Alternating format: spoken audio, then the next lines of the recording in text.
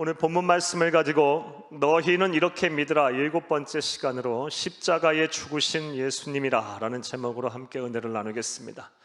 함께 제목을 따라 하시겠습니다. 너희는 이렇게 믿으라 십자가에서 죽으신 예수님.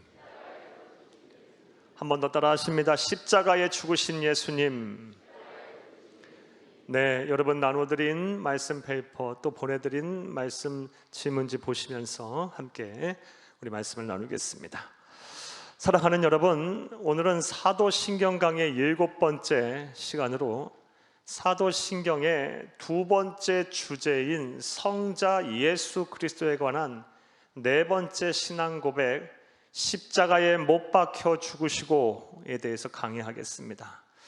십자가에 못 박혀 죽으시고, 이 신앙 고백은 예수님의 생애 가운데 예수님의 죽음과 관련한 신앙 고백입니다. 이 앞서서 지난 시간 예수님의 생애 중 고난과 관련된 신앙 고백이었던 본디오 빌라도에게 고난을 받으사에 대해서 다시 한번 간단하게 생각을 먼저 해보겠습니다. 본디오 빌라도에게 고난을 받으사, 이 신앙 고백을 통해서 우리는 예수님의 실존성, 예수님의 역사성에 대해서 생각을 해야 한다라고 말씀드렸습니다.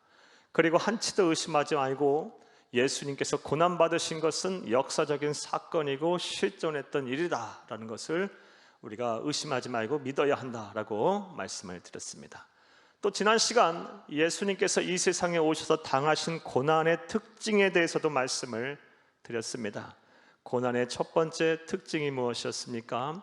사랑하는 여러분, 예수님께서 이 세상에 오셔서 당하신 고난은 하나님의 뜻을 이루기 위한 자발적인 고난이셨습니다. 예수님은 힘이 없어서 무기력해서 무능력해서 고난을 받으신 것이 아니라 하나님의 뜻을 온전히 이 세상에서 이루기 위해 자발적으로 기쁜 마음으로 고난을 선택하시고 고난을 받으셨다라는 것입니다. 이것을 온전히 믿으시기를 간절히 주의 이름으로 축복합니다. 그렇다면 예수님께서 자발적으로 고난을 감수하시면서까지 이루고자 하셨던 하나님의 뜻이 무엇일까요? 먼저 하나님의 뜻은 우리의 온전한 치유와 회복이다라고 말씀을 드렸습니다. 우리의 육체적인 질병과 고통, 삶의 문제, 그리고 모든 정신적인 고통과 충격, 아픔, 상처를 온전히 치유하시고 회복하시기 위해 예수님께서는 이 세상에 오셔서 고난을 받으셨습니다. 자발적으로 기쁜 마음으로 받으셨습니다. 할렐루야! 온전히 믿고 바르게 전하는 여러분 되기를 간절히 주의 이름으로 축복합니다. 또 다른 이루고자 하셨던 하나님의 뜻은 우리의 완벽한 구원입니다. 우리를 완벽하게 구원하기 위해서 더 이상 추가할 것이 없어요. 완전히 구원하시기 위해서 예수님께서는 구원의 방법의 길을 제시하시기 위해서 이 세상에 오셔서 자발적으로 고난을 받으셨습니다.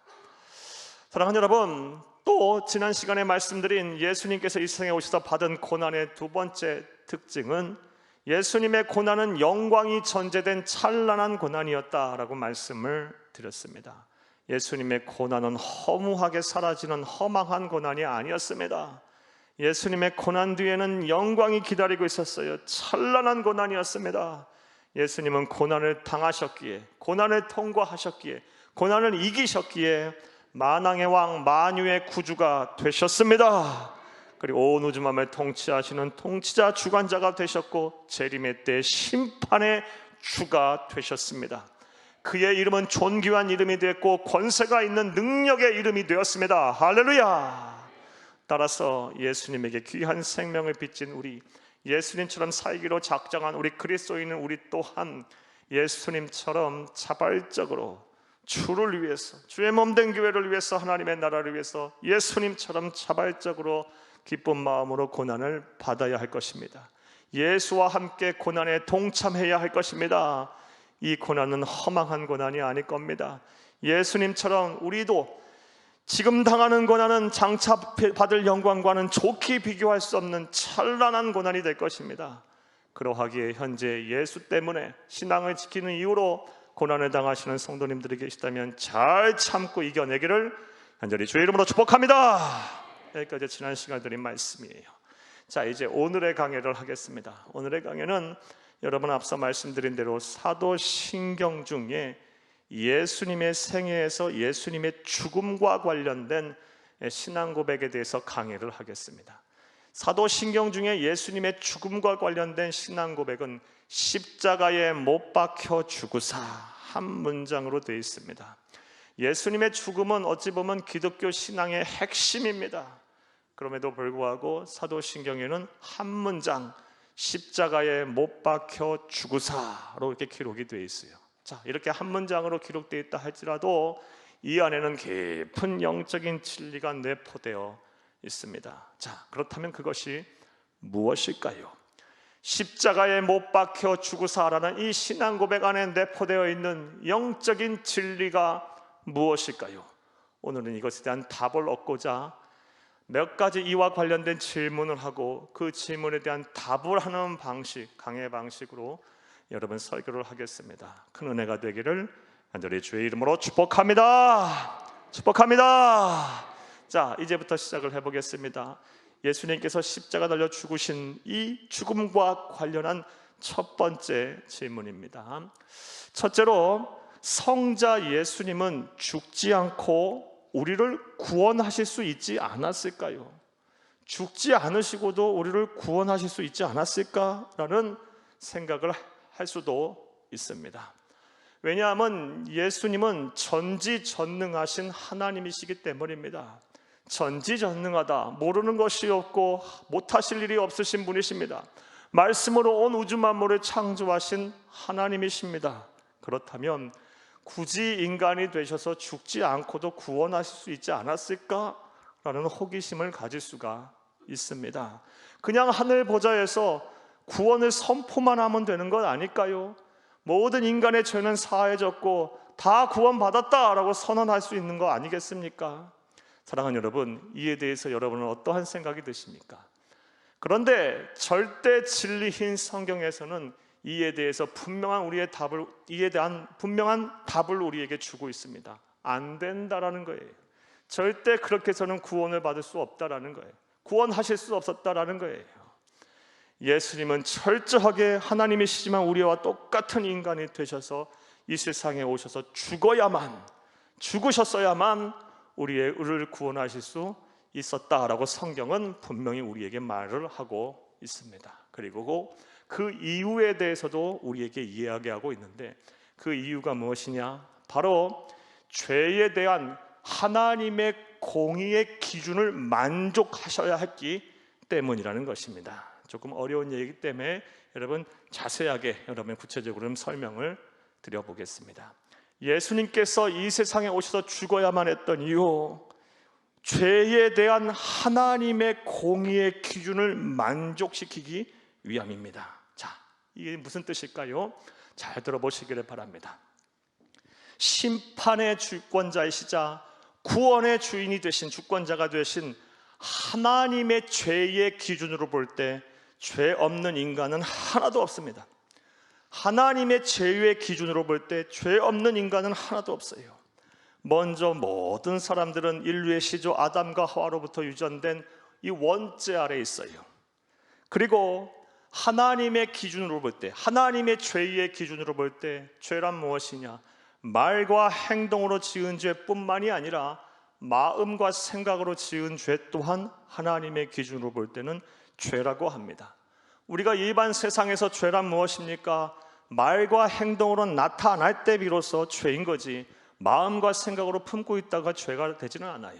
하지만 우리 하나님은 우리의 마음과 생각까지도 감찰하시고 보시는 분이세요. 그래서 말과 행동뿐만이 아니라 마음과 생각으로도 지은 것 또한 다 죄라고 보십니다. 또한 세상의 기준으로 볼 때 죄란 하지 말아야 할 것을 하는 것이 죄입니다. 하지 말아야 할 것, 금해 놓은 것, 법으로 하지 말라고 정해 놓은 것을 어길 때 죄가 됩니다. 그런데 하나님의 죄의 기준으로 볼 때 이것은 당연히 또 죄고, 이와 더불어서 하지 말아야 할 것을 하지 않는 것도 죄일 뿐만 아니라 반드시 해야 할 것을 하지 않는 것 또한 죄라고 하나님은 말씀하십니다. 반드시 해야 할 것을 하지 않는 것이 무엇입니까? 나태한 것, 정직하지 못한 것, 또 부모에게 효도해야 하는 것, 기타 등등 사람이라면 반드시 해야 하는 것을 하지 않는 것 또한 하나님의 기준으로 볼 땐 죄라고 합니다. 세상에서는 이걸 죄라고 얘기하지 않아요. 윤리 도덕적으로 잘못됐다 욕을 할지언정 이것을 죄라고 이야기하지는 않아요. 하지만 하나님의 죄의 기준으로 볼 때 이 모두가 다 죄입니다. 무엇보다 하나님의 기준으로 볼 때 가장 큰 죄는 하나님을 알되 하나님을 믿지 아니하는 죄가 가장 크답니다. 예수를 그리스도로 믿지 아니하는 죄, 이 죄가 가장 크답니다. 따라서 모든 사람들은 다 죄인입니다. 하나님의 죄의 기준으로 볼 때 그 누구도 죄인이 아닌 사람이 없어요. 그리고 로마서 6장 23절 말씀에 보면 이렇게 죄인인 자, 이 죄를 지은 죄인의 받을 형벌이 무엇입니까? 죄의 대가, 죄의 삭시 무엇입니까? 바로 사망이에요. 죽음이에요.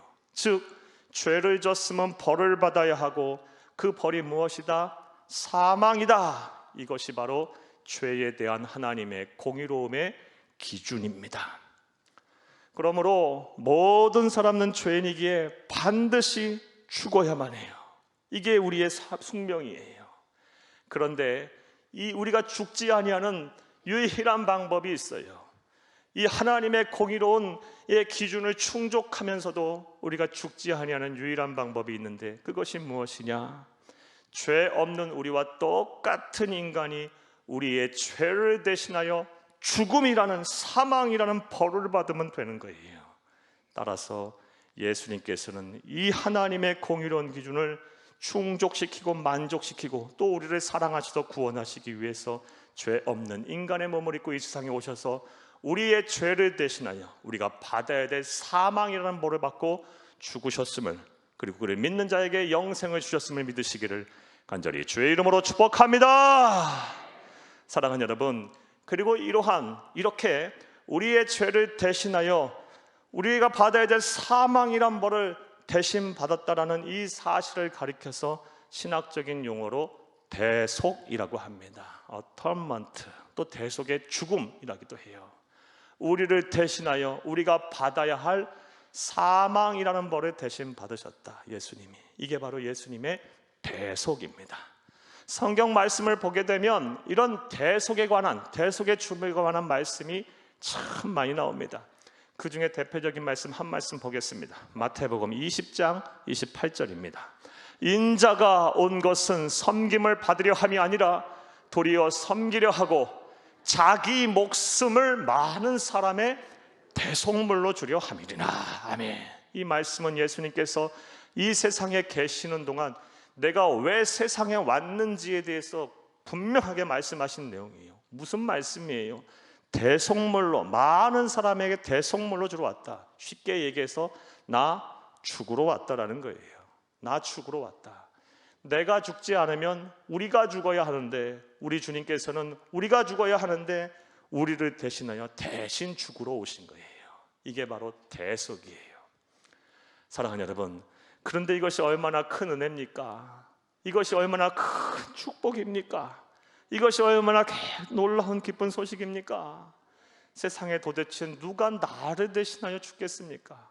그리고 죽는다고 한들 누가 우리를 영생으로 이끌겠습니까? 모든 사람들은 다 죄인인데요.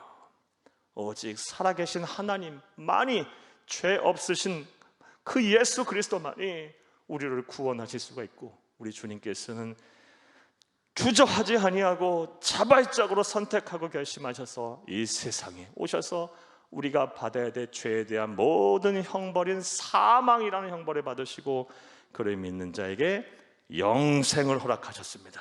영생을 선물하셨습니다. 할렐루야. 따라서 우리가 이 은혜를 늘 생각하고 감사하며 살아야 합니다. 그리고 이 은혜에 늘 보답하기 위해서 노력을 해야 합니다. 자, 그런데 말씀을 여기까지 듣고 나서 다음과 같은 생각이 드시는 분이 분명히 계실 것입니다. 목사님, 예수님께서 우리의 죄를 대신하여 죽으셔서 우리가 받아야 할 이 사망이라는 형벌을 다 갚으셨기에, 따라서 우리가 이 사망이라는 법부터 우리가 자유로워졌기에, 해방되었기에 우리가 영생하지 않았습니까? 그렇다면 이 세상 사는 동안 불로장생해야지 왜 죽습니까? 왜 우리는 또 여전히 죽습니까? 라는 이런 생각을 하실 수도 있습니다. 쉽게 얘기해서 영생을 선물하셨으면 예수 믿지 않은 사람들은 죽고 예수 믿는 사람들은 이 세상에서 영원히 살아야지, 왜 영생했다고 선물을 주셨다고 말씀하시면서 죄에 대한 모든 형벌인 사망을 다 갚으셨다고 하면서 왜 우리가 이 세상에서 영원히 살지 않고 죽습니까? 라고 의문을 가지실 수가 있습니다. 사랑하는 여러분, 여러분들은 이에 대해서 어떤 생각을 갖고 계십니까? 만약에 예수 믿는 사람이 영생한다면, 이 세상에 사는 동안 불로장생한다면 전도할 필요 없을 거예요. 교회에 오려고 막 난리 법석을 칠 거예요. 어떻게든 예수 믿으려고 할 거예요. 세상 사람들 전부 다. 사랑하는 여러분, 그런데 이러한 생각과 이러한 주장은 우리 주님께서 우리를 위하여 대속의 죽음을 죽으시고 우리에게 선물하신 영생의 의미, 죽음에 대한 개념을 잘못 이해한 데서 비롯한 생각과 주장입니다. 우리 예수님께서 우리의 죄를 대신하여 우리가 받아야 될 사망이라는 벌을 대신 받으시고 우리에게 선물하신 영생이라는 것은 우리가 이 세상 사는 동안 우리의 육신이 영원히 사는 것이 아니고 우리의 진짜 본 모습인 우리의 속사람인 우리의 영혼이 영원히 살게 된다는 것입니다. 할렐루야! 성경은 오히려 우리의 인간의 유한성을 말을 하고 있어요. 그리고 유한성을 깨닫는 자가 지혜로운 자라고 성경은 많은 구절들을 통해서 우리에게 말씀을 하고 있습니다. 그 가운데 대표적인 말씀 한 구절 보겠습니다. 시편 90편 10절입니다. 우리의 연수가 70이요 강건함은 80이라도 그 연수의 자랑은 수고와 슬픔뿐이요 신속히 가니 우리가 날아가나이다. 아멘. 여러분, 이 말씀 다 공감하실 거예요. 세월이 얼마나 빠른지 막 날아가요. 날아가. 결국 우리는 때가 되면 어떻게 된다는 거예요? 죽는다는 거예요. 우리의 육신은 한 줌 흙으로 돌아갈 거예요. 다 썩어 없어질 거예요. 이 자리에 계신 분들 가운데 100년 후에 남아 계실 분 한 분도 안 계세요. 다 우리는 흙으로 돌아가게 될 거예요. 하지만 우리의 영혼은 어떡합니까? 예수 그리스도의 대속의 죽음의 은혜를 누린 사람, 받은 사람은 영생하게 될 것입니다. 할렐루야! 자, 그런데 이 육신의 죽음과 관련해서 우리가 놓쳐서는 안 되는 또 중요한 사실이 하나 더 있습니다. 이 성도의 육체적인 죽음과 불신자의 육체적인 죽음과에는 아주 큰 차이가 있습니다. 비교할 수 없는 어마어마한 차이가 있어요. 그렇다면 어떠한 차이가 있을까요? 먼저 우리 그리스도인 성도의 죽음은 영광이요 위로이자 축복임을 믿으시기를 간절히 주의 이름으로 축복합니다. 왜냐하면 우리가 이 세상에서 삶이 모두 끝나고 우리가 죽게 되면 더 이상 우리는 죄의 유혹에 시달릴 필요가 없어요. 또 우리가 하나님의 나라 가는 날까지 우리가 싸워야 할 영적 전쟁을 치를 필요도 없어요. 우리가 죽게 되면 어떻게 돼요? 우리는 아픔도 없고 눈물도 없고 슬픔도 없고 다시 사망이 없는 천국에서, 우리 주님께서 예비하신 그 본향인 천국에서 우리 주님과 더불어 영생 복락할 것이기 때문입니다. 사랑하는 여러분, 죽음은 찰나의 순간일 것이고 우리 성도의 죽음은 찰나의 순간일 것이고 그 이후부터는 영원한 행복이 시작되는 거예요. 그러므로 성도에 있을 죽음은 행복을 시작하는 관문과도 같아요. 따라서 사랑하는 여러분 죽음을 두려워하지 마시기를 간절히 주의 이름으로 축복합니다. 죽음을 두려워할 게 하나도 없어요. 담대하게 세상을 사는 거예요. 성도의 죽음과 관련해서 사도 요한 선생님께서는 다음과 같이 표현을 하고 말씀을 하고 계십니다. 요한계시록 14장 13절을 함께 읽겠습니다. 또 내가 들으니 하늘에서 음성이 나서 이르되 기록하라. 지금 이후로 주 안에서 죽는 자들은 복이 있도다. 여기까지만 하겠습니다. 주 안에서 죽는 자들은 복되도다. 여러분, 성도의 죽음은 이 세상에서 설령 힘들고 어렵고 참 비참하게 삶을 마감했다 할지라도 성도의 죽음은 복인 거예요. 복인 거예요. 잠시 왔다 잠시 갈 세상이 아닌 영원한 하나님의 나라가 보장이 되어 있으니까 우리 주님과 더불어서 이 세상에서는 비교할 수 없는 그런 영광을 누리며 살 거니까. 자, 그런데 이와 반대로 불신자의 죽음은 처참합니다. 불신자의 죽음은 어떠합니까? 영원한 심판과 저주와 사망의 시작이에요. 히브리서 9장 27절 말씀에 한 번 사람이 죽는 것은 정한 것이고 그 이후에는 심판이 있다고 말씀하셨어요. 우리 그리스도인은 비록 죄인이라 할지라도 예수 그리스도의 은혜로 말미암아 대속의 죽음으로 말미암아 이를 믿게 되면 우리 안에 있는 성령님의 인침으로 우리가 하나님 앞에 섰을 때 우리 주님께서는 하나님 심판의 주인, 우리 주님께서는 우리를 안으실 거예요. 용서하실 거예요. 바로 하나님의 본향으로 인도하실 거예요. 하지만 불신자들은 무서운 심판을 당할 것이고 꺼지지 않은 지옥 불못에 내던져질 것이에요. 영원토록 끝도 모르는 고통 속에서, 절망 속에서 살게 될 거예요. 사랑하는 여러분, 따라서 성도의 죽음과 불신자의 죽음은 어마어마한 차이가 있어요. 만약 여러분의 자녀들, 여러분의 후손들, 여러분의 남편, 여러분의 아내, 부모, 형제, 여러분의 친구, 이웃이 예수님의 대속의 은혜를 누리지 못해서, 예수를 그리스도로 믿지 못해서, 구세주를 믿지 못해서 이러한 일을 당하게 된다면, 이러한 영원한 사망에 이르게 된다면 어찌하시렵니까? 사랑하는 여러분, 우리가 이 세상을 사는 동안 그 무엇보다 우선시하고 열심을 다하여 최선을 다하여 해야 할 일이 뭐예요? 영혼 구원이에요. 먼저 내 가족부터, 그리고 나아가서 자꾸 이렇게 확장해서 우리의 영적 지경을 넓혀가면서 영혼 구원은 해야 돼요. 그래서 우리 주님께서는 그토록 이 세상에 오셔서 인자는 머리 둘 곳조차 없었다라고 말씀하실 정도로 그렇게 바쁘게 시간을 보내며 영혼 구원에 최선을 다하셨던 것입니다. 자, 이제 정리 한번 해보겠어요. 사랑하는 여러분, 첫 번째 질문이 무엇이었습니까? 예수님은 죽지 않고서 우리를 구원하실 수 있지 않으셨을까? 아니요, 죽으셔야만 됐어요. 반드시 우리와 똑같은 인간이 되셔서 다만 죄 없는 몸으로 이 세상에 오셔서 우리를 위하여 죽으셔야만 됐어요. 왜냐하면 죄에 대한 하나님의 공의의 기준을 만족하기 위함이었어요. 죄를 졌으니 형벌을 받아야 하고 그 형벌이 바로 사망이다. 예수님이 죽지 않았으면 우리가 죽어야 합니다. 따라서 우리를 살리기 위해서 예수님은 이 세상에 오셔서 죽으셨습니다. 이것을 온전히 믿고, 바르게 알고 온전히 믿고 담대하게 세상을 향해 전하는 저와 여러분이 되기를 간절히 주의 이름으로 축복합니다. 자, 이제 예수님의 십자가의 죽음과 관련된 두 번째 질문을 한번 해보겠습니다. 거기다 또 답을 얻어보겠습니다. 둘째로, 성자 예수님은 수많은 죽음의 방식 중 왜 십자가형이라는 방식으로 죽으셨을까요?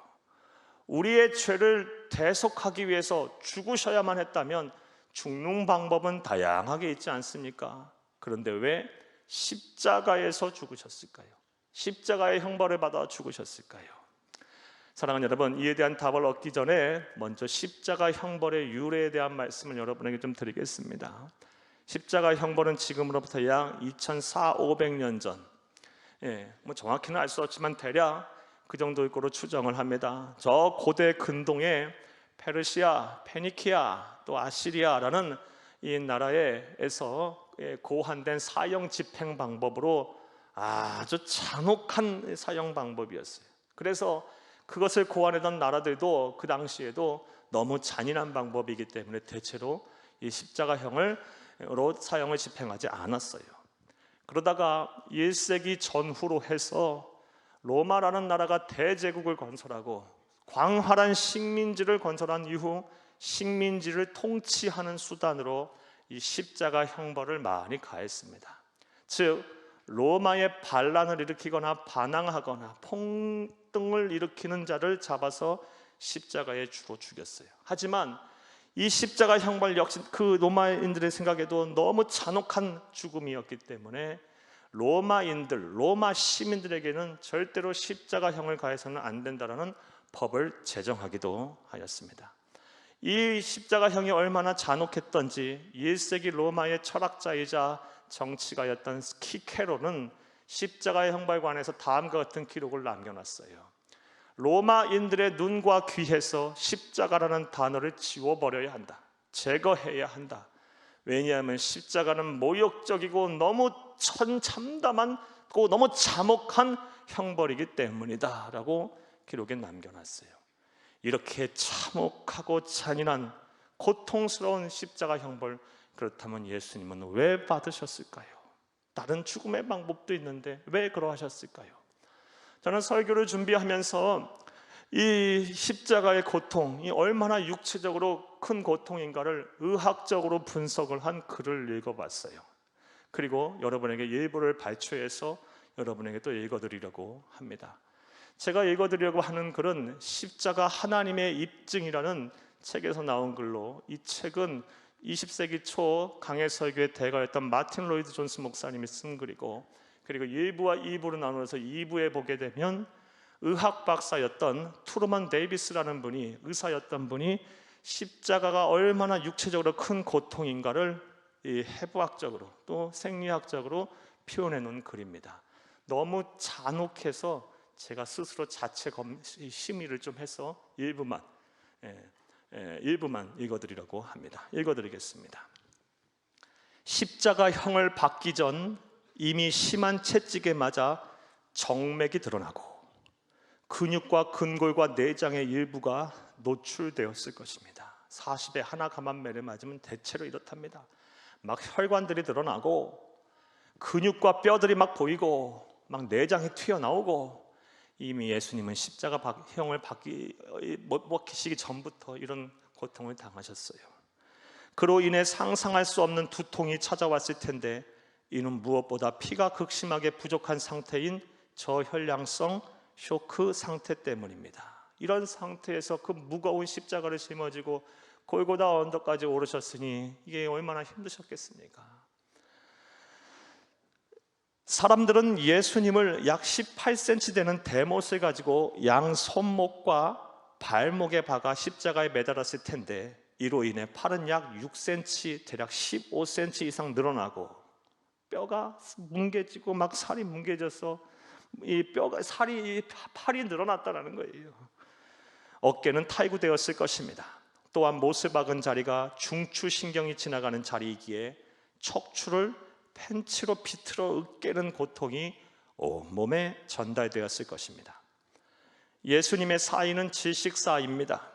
십자가에 매달리게 되면 극심한 호흡곤란이 일어나게 되는데, 이는 가슴 근육이 마비되고 늑간 근육이 활동할 수 없게 되기 때문입니다. 따라서 예수님은 단 한 번에 짧은 숨을 쉬어보려고 몸을 위로 물어 올리기 위해 노력하였을 것입니다. 하지만 그리하면 할수록 말할 수 없는 고통이 찾아오고 온몸에 경련이 일어났을 것입니다. 그리고 머리를 망치로 내려치는 두통을 동반한 채 질식하여 죽고 말았을 것입니다.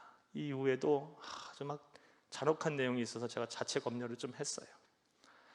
사랑하는 여러분, 왜 예수님은 이런 십자가의 잔혹한 죽음을 죽으셨을까요? 앞서 말씀드린 대로 대속의 죽음이 목적이라면 저 소크라테스처럼 사약 먹고 편하게 죽을 수도 있고, 그리고 또 단칼에 목이 잘린 참수형을 당해서 편하게 세상까지 떠나실 수 있었을 텐데, 왜 이렇게 잔혹한 십자가의 형벌을 받아 죽으셨을까요? 이에 대해 믿음이 없는 불신자들은 다음과 같이 말할 거예요. 예수님이 받은 죄목이 무엇이냐? 로마를 향한 반란죄였기 때문에 십자가 형벌을 받았다라고 이야기를 할 거예요. 하지만 예수님이 십자가 형벌을 받은 그 이면에는 영적으로 깊은 의미가 있습니다. 같은 것이 뭘까요? 이에 관한 답을 얻기 위해 신명기서 21장 23절을 함께 읽겠습니다. 그 시체를 나무 위에 밤새도록 두지 말고 그날에 장사하여 내 하나님 여호와께서 내게 기업으로 주시는 땅을 더럽히지 말라. 나무에 달린 자는 하나님께 저주를 받았음이니라. 아멘. 당시 성서시대 사람들은 사람의 죽음과 관련한 의미를 부여를 했었습니다. 특별히 이 나무에 매달려 죽은 자를 가리켜서 그 사람은 어떤 사람이다? 하나님으로부터 저주를 받아 죽은 사람이다 라고 생각했어요. 따라서 예수님께서 십자가라는 이 나무 형틀에 매달려 죽으셨다는 것은 하나님으로부터 저주를 받아 죽은 자라는 거예요. 예수님은 하나님으로부터 저주를 받아 죽기 위해서, 즉 하나님으로부터 저주를 받아 죽기 위해서 십자가에서 잔혹하게 죽으신 거예요. 그런데 그 저주가 원래는 누구를 향했던 저주입니까? 바로 저와 여러분을 향해서 향했던 저주예요. 이 우리를 향한 저주를 대신 받으시려고, 그 저주에 하나님의 저주를 대신 받으시려고 십자가 향해 받으시며 참혹하게 이 세상을 떠나신 거예요.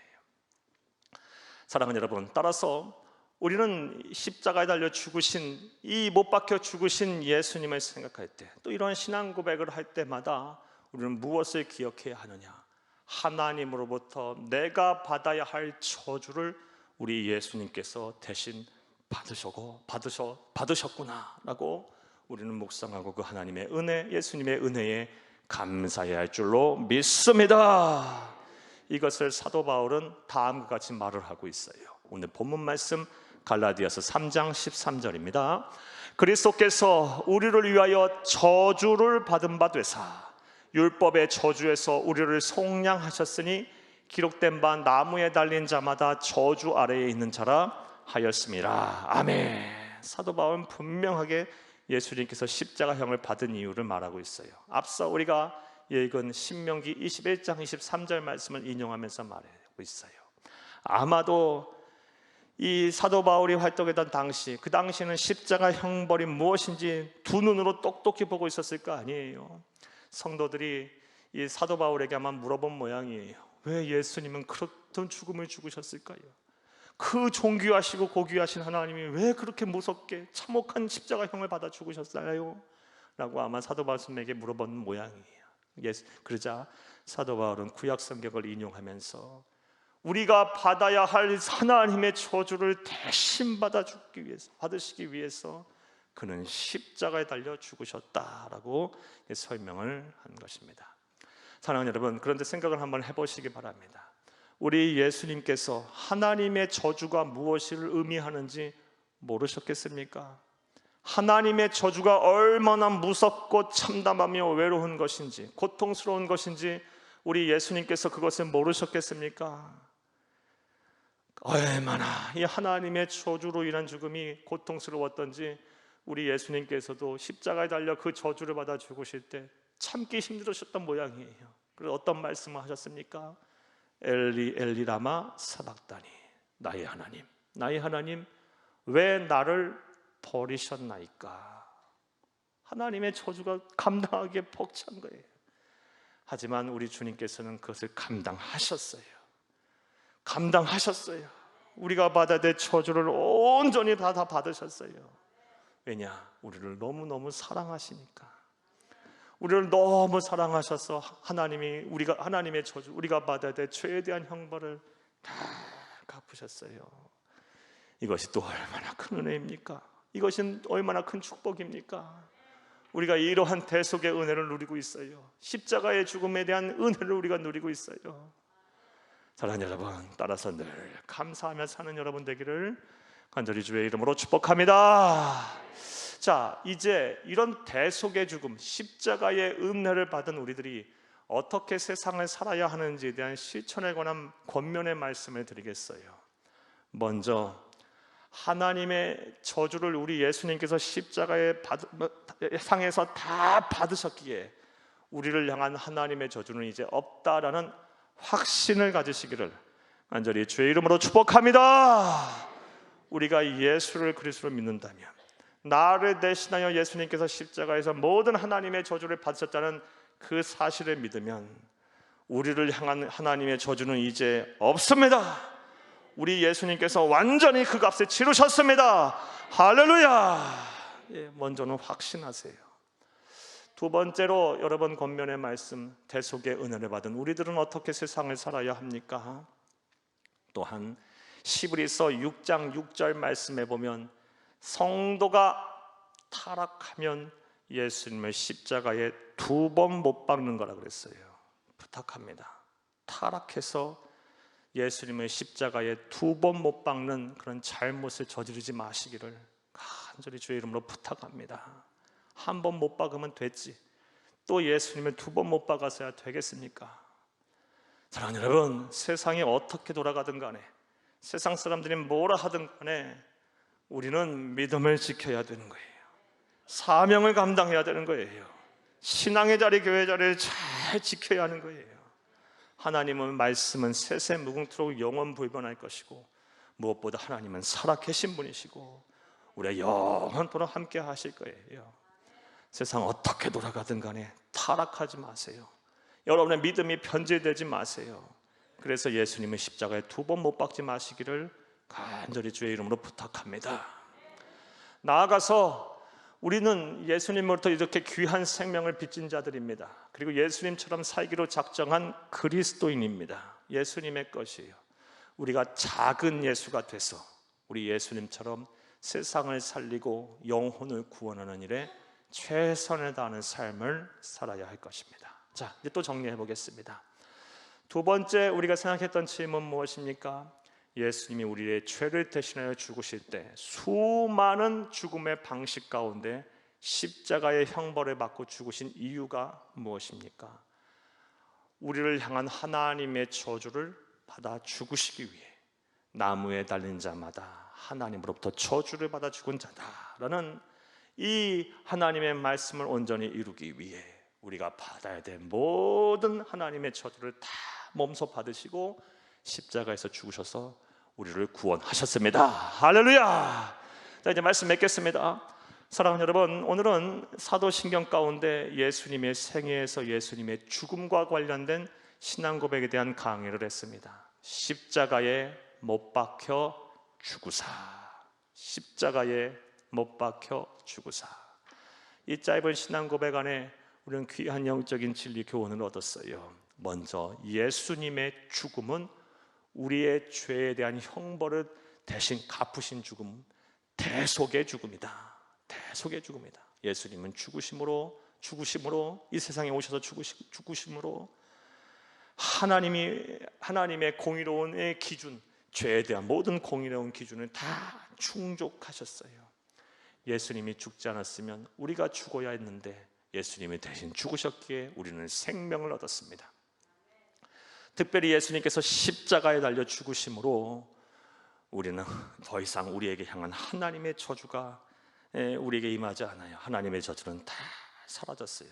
온전히 예수님의 그리스도를 믿고 이제 이 은혜에 감사하는 삶을 사는 복된 성도, 참된 성도, 바른 성도님들이 다 되기를 간절히 주의 이름으로 축복합니다. 축복합니다.